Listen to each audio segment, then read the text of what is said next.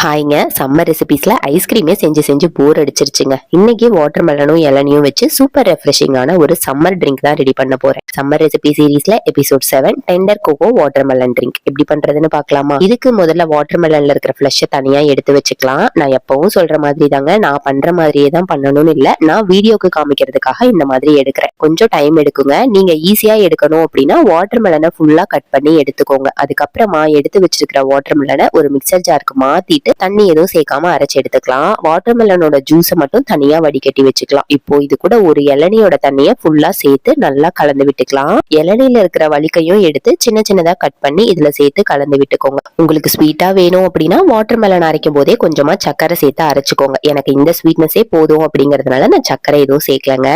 லாஸ்டா இதுல ice cubes வேணும்னாலும் நீங்க ஆட் பண்ணிக்கலாம். அவ்வளவுதாங்க, சூப்பர் ரெஃப்ரெஷிங்கான tender coco watermelon drink ready ஆயிருச்சு. அடிக்கிற வெயிலுக்கு இது குடிக்க சூப்பரா இருக்குங்க. மிஸ் பண்ணாம சேவ் பண்ணிட்டு ட்ரை பண்ணி பாருங்க. 30 டேஸ்க்கு 30 சம்மர் ரெசிபிஸ் வீடியோ போடலான்னு பிளான் பண்ணியிருக்கேங்க. அடுத்து என்ன சம்மர் ரெசிபி பண்ணலான்னு கமெண்ட்ல சொல்லுங்க. வீடியோ பிடிச்சிருந்தா பேஜை ஃபாலோ பண்ணிக்கோங்க. நாளைக்கு vlogல பார்க்கலாம். டாடா.